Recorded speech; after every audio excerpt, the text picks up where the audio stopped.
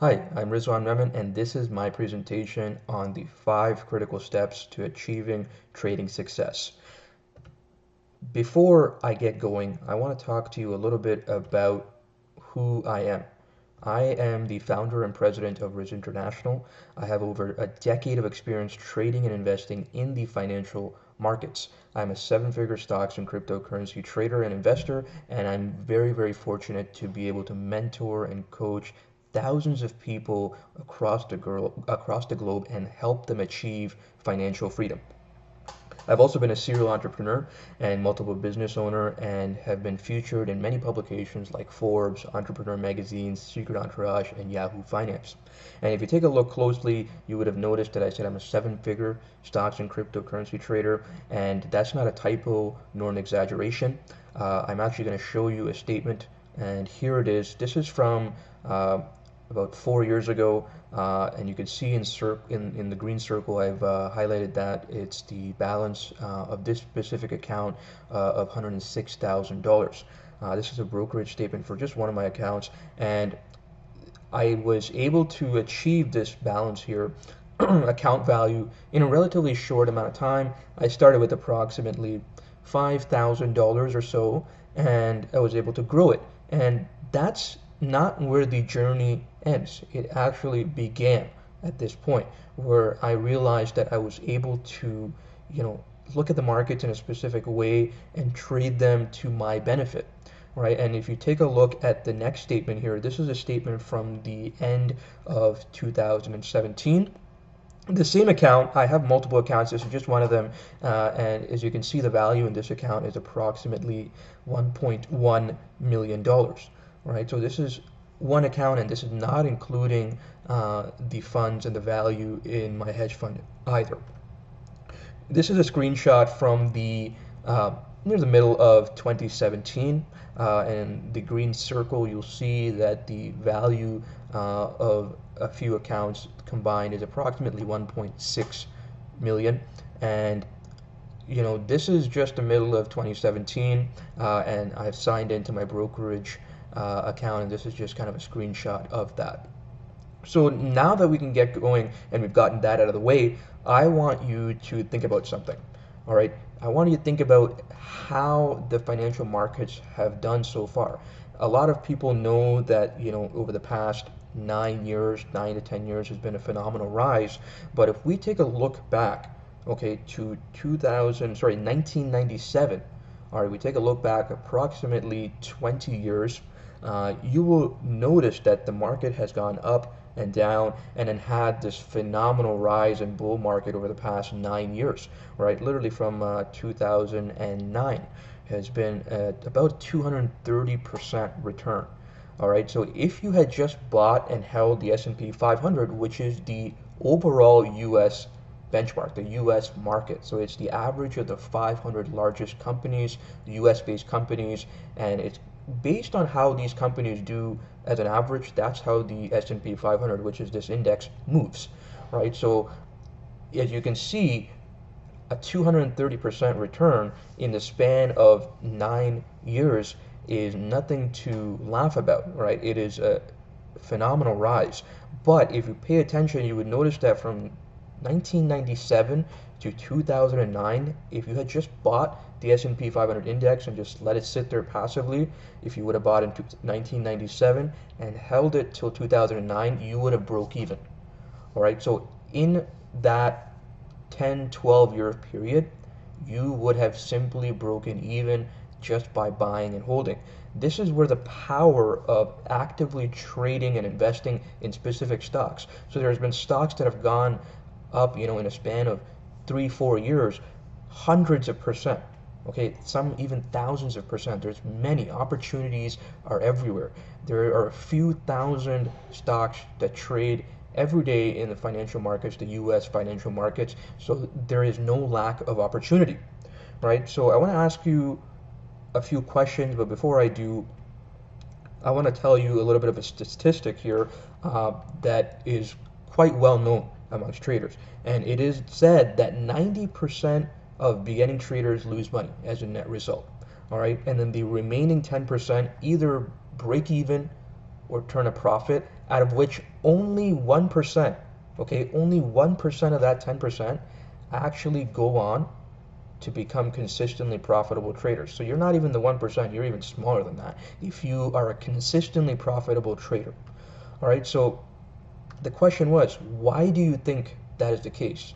Well, because emotions and discipline are a key factor to trading, not just knowing about technical and fundamental analysis, right? So a lot of people go in with the wrong mindset. They think they can succeed without the proper knowledge and understanding of how to trade and invest correctly, right? They think they can just do it on their own, right? Maybe they try and follow someone based on what they read online, and they really don't know their track record. They don't know who this person is, right? Maybe they've just heard from someone else. They haven't been able to verify that person if they're genuine or not. Most people, believe it or not, or most traders, quote unquote, are actually marketers. They are not traders. All right, they're just there to sell you a product or whatever it may be, and that's how they make their money. Okay, not actually by trading, nor do they have any pedigree or experience. All right, so a lot of people not only follow such marketers and kind of pay the price, but a lot of them do not understand fundamentally what they're doing, right? They're essentially relying on luck, gambling their money, essentially, right? And by doing so, they do not have any support or guidance, right? They lack the experience or the guidance or the mentorship of an experienced professional trader, right? This is extremely important. I always say it's like if you were to go skydiving for the first time, would you just jump out of a plane and go for it? No, you would make sure you have your parachute on. You would make sure you know how to activate the parachute or the secondary parachute as well. Plus, it's mandatory in many cases to go on your first dive with an instructor. So why go alone when it comes to trading and investing with your hard-earned money, right? So most people end up actually doing something like this, and this is a chart of the S&P 500 again, where, believe it or not, okay, as stupid as it may sound and seem by looking at it, this is a common occurrence not just in the broader US market, but in stocks as well. And people do this time and time again. Why? Because psychologically they cannot make it work or come to grasp with what's happening. So if you take a look at the left side, you'll notice that they buy near the top. When the markets or a stock has really been chugging along, they start coming in and think, okay, I want to get in. And they get in. Okay, the average person starts getting in. Okay, and what happens at that point? The smart money starts getting out, starts selling, and the prices start dropping. What happens? These people kind of hang on, okay, try and keep their stuff together. Eventually gets to such a point where they're like, you know what, forget it, I'm out. And they get out and sell in that first circle that you see in red, and they sell near the bottom. Okay, they're essentially selling just at the time when the smart money and institutional money, like our hedge funds and investment banks and corporate trust funds, are coming in, and they're buying these equities and stocks and investments at the time that the average person is getting out of fear, and they're selling at a loss. What happens?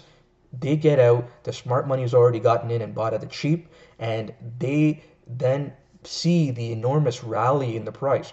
And what happens?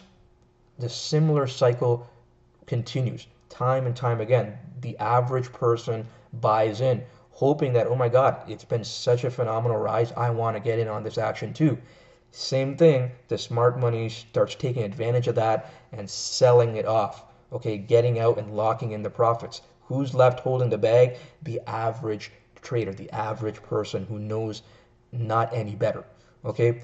They again sell at the bottom, only to get shaken out and let fear take hold, and they miss out on the rally till again when it's too late. This is a common occurrence. I've seen this time and time again. But do not worry, I am here to help you, and this is why I'm giving you my 5 critical steps and insights to trading success. Okay, number 1, the methodology and strategy that you have is paramount, is absolutely crucial. All right, you have to define a clear methodology, that will be your compass. It will be your guide, your guiding light through the market. And without that compass, you don't know where you're going. Not only do you not know where you came from, you don't know where you're going, and that is futile. You must know when you will buy a stock and when you will sell. I often tell my traders and students, have a plan, know when you're going to buy and when you're going to sell, even before you think about placing that buy button. All right, you have to define, preferably in writing, what tools, indicators, chart patterns, and a plethora of other metrics that you will use in order to place a trade. You have to define what you're going to do. And in order to do that, you need to know what to look for, right? The methodology and strategy should be specific enough, yet not so complex that it takes up pages and pages. All right, I often say it should be specific, yet enough information to fit on the back of a business card. All right, so you can kind of understand how important a strategy is and a methodology is, but you can also appreciate that it doesn't need to be so extensive that it's a novel. All right, and of course, having the right methodology and strategy helps immensely. All right, next, number two, you have to be disciplined. You have to keep changing the way you look at a chart. Okay, if you keep changing the way you look at a chart and you react to it based on your emotions without discipline, you will be making a lot of mistakes and you will lose a lot of money. Okay, that's trading on your whims and fancies. That's haphazard trading. All right, this is why you need to be disciplined. Number two, being disciplined and consistent is key. If you can't control your decision-making skills, you cannot control the outcome of your trading, and as a result, you cannot control your money. All right. If you see a setup in front of you in the chart or based on the news or whatever you're looking at, you need to know what steps to take, okay, based on what you're looking at in front of you. Remember, don't go based on what's happened in the past or what may happen because you heard a unique tip from some unknown person. You need to know that based on what you're seeing, are you able to take that trade? Does it fit your guideline? Does it fit your trading plan? If it doesn't fit, don't take the trade. And if it does, take the trade. You need to have the discipline to take the trade when you see it and not take the trade when you don't see your initial setup. Okay, number three, have realistic expectations. I cannot tell you how many times people tell me, Riz, I have $500 and I want to make $500,000 at the end of the year. And I just shake my head thinking, okay, this person has the drive and commitment, hopefully, but they have unrealistic expectations. And when you have unrealistic expectations, it is going to cloud your judgment. It's going to affect your trading in a negative standpoint. I always say, keep the money you're going to make or you plan on making separate. Okay, the first step is to be disciplined, to have the methodology, and three, be realistic is a huge part of it, right? If you think you're going to just get rich quick or press the easy button and you're going to become a professional trader and make a ton of money quickly, that's unfortunately not the case. All right, you have to understand that by keeping your reality and keeping the expectations in check, you are setting yourself up for future success. Okay, if you automatically go into trading thinking you want to turn, $5,000 into, a half a million or a million, you're going to trade accordingly. And that kind of trading is going to essentially blow up your account. All right, because you are going to be desperate. You're going to be desperate to make that money. This is why you need to keep yourself in check. All right, do the best you can to hit singles all day, every day. Okay, don't chase that one crazy tip or that stock that you think you're going to be able to make a killing on. Okay, there's going to be opportunities like that, but that's not what you're trying to do. You need to be consistent and you need to be confident enough to place trades knowing that, okay, you know what, this is going to go my way more likely than not, and I'm going to make some consistent profits, not on one trade, two, three, or four or five, but dozens and dozens of trades again and again. That's what it takes to be a consistent trader. Number four, be patient. So many people, especially the beginners, place their trades, and that's actually the easy part. They lack the patience and the conviction to actually stay in the trade. Some of them exit too early, and by exiting a trade too early, they essentially miss the meat of the move. Okay, opportunities are everywhere, as I said at the beginning. There is no lack of opportunity. If there is a day tomorrow, if we are able to get up tomorrow and it's a business day and the markets are open, there will be an opportunity to place a trade. That doesn't mean we want to place a trade for the sake of it. Okay, we only place trades that fit our strategy and methodology. And if we see those trades and setups, we take them. All right, do not force a trade. Do not rush for the entry nor for the exits. Let the trade work, is what I always say. All right, majority of the money, believe it or not, is not made in just actively trading in and out. Okay, it's actually made in between that time. It's made in the waiting.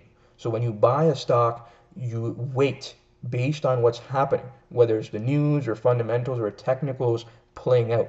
When you see these things playing out, then and then only do you decide, has my thesis come to a conclusion? All right, is the stock where I'm expecting it to be based on my plan? If that's the case, then go ahead, take the profits and exit. All right, otherwise, you need to stay the course. If you lack patience, I hate to break it to you, you will fail.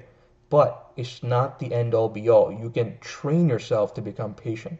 Okay? You can train yourself to become disciplined, and you can train yourself and utilizing your own methodology and strategy. Okay? And lastly, number 5, the use of prudent money management is essential. Okay, a lot of people start trading and they think, okay, I'm going to get in and I get out. This seems easy enough, but they neglect the risk reward analysis part. They neglect the risk reward ratio. Okay, ideally you want to go for a 1 to 2 risk reward ratio. So what do I mean by that? If you plan on making $100 in the trade, understand that simply based on the 1 to 2 risk reward ratio, you have to take $50 worth of risk. Okay, so if you place $1,000 trade, you bought $1,000 worth of stock, and you know you want to turn that $1,000 to, 1,100, you want to make 10% on it. Well, based on the 1 to 2 risk reward ratio, you need to understand that you have to be willing to lose $50 on that trade. So if you buy at $1,000 worth of stock, okay, you know that if your $1,000 in value goes to 950, that's theoretically your risk. That's theoretically your stop loss. That's your limit of losing on that given trade. Conversely, if you bought $1,000 worth of stocks, okay, and they hit a combined value of 1,100, that's your reward. You can now exit and take the profits. So you need to set up these money management principles. All right. I always say limit your risk to 2 to 3% of your entire account size. So if you're willing to lose $50, okay, that $50 better not be a significant portion of your account. Okay, if you have $10,000 and you're willing to lose, 2 to 3% in risk, you technically should not be losing any more than $200 to $300 combined of your account value in any given trade. Why do we do that? Because as traders, winning is necessary to be successful, but so is losing. All right, this is one of the few things where losing is essential and critical to actually winning. So when you lose trades, which you will, even I lose trades, quite often, believe it or not. So what happens is when you lose on a trade, you're minimizing your loss. Okay, so I always say lose small, win big. Okay, never go all in on one trade. All right, this is an absolute no-no. Do not go all in on a trade. The amount of times I've seen people place one trade with all their money is too much, too many. And all it takes is one trade to go south, and that's it. The account has literally gone in the dumpster. All right. If you need to, I highly recommend start with paper trading. Start trading using a demo account or fake money so that you can put these 5 principles and 5 tips into place, into practice. Once you've gotten used to how the markets move, how price and volatility plays into factors, how fundamentals, technicals work, then you can transfer to a live account, a real account with real money. Because the reason is you want to be in the game, you want to play for a long time. Money is essentially your ticket to participating in the stock market. When you run out of money or when you run out of capital and your account is now zero or in worst case negative, you are out. Okay, you have lost your bankroll. You can't play anymore. It's like being at a blackjack table and being out of chips. You're off. No one's going to take you seriously. You're out of there.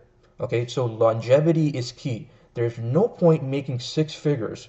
Okay, there's a lot of guys that trying to chase this pipe dream of making an insane amount of money on one, let's just say, moonshot or one crazy trade. And that's not how people make money. And many of these guys that do make a quick buck here and there, usually more often than not, end up losing it. Why? Because their money management is not there.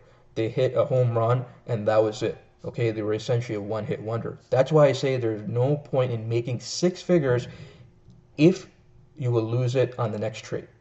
All right, keep hitting those singles. Keep on using the money management and all that I've taught you so far.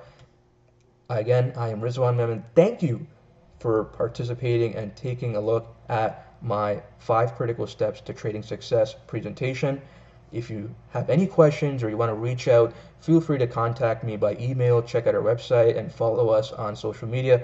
Take care. Ciao. Bye for now.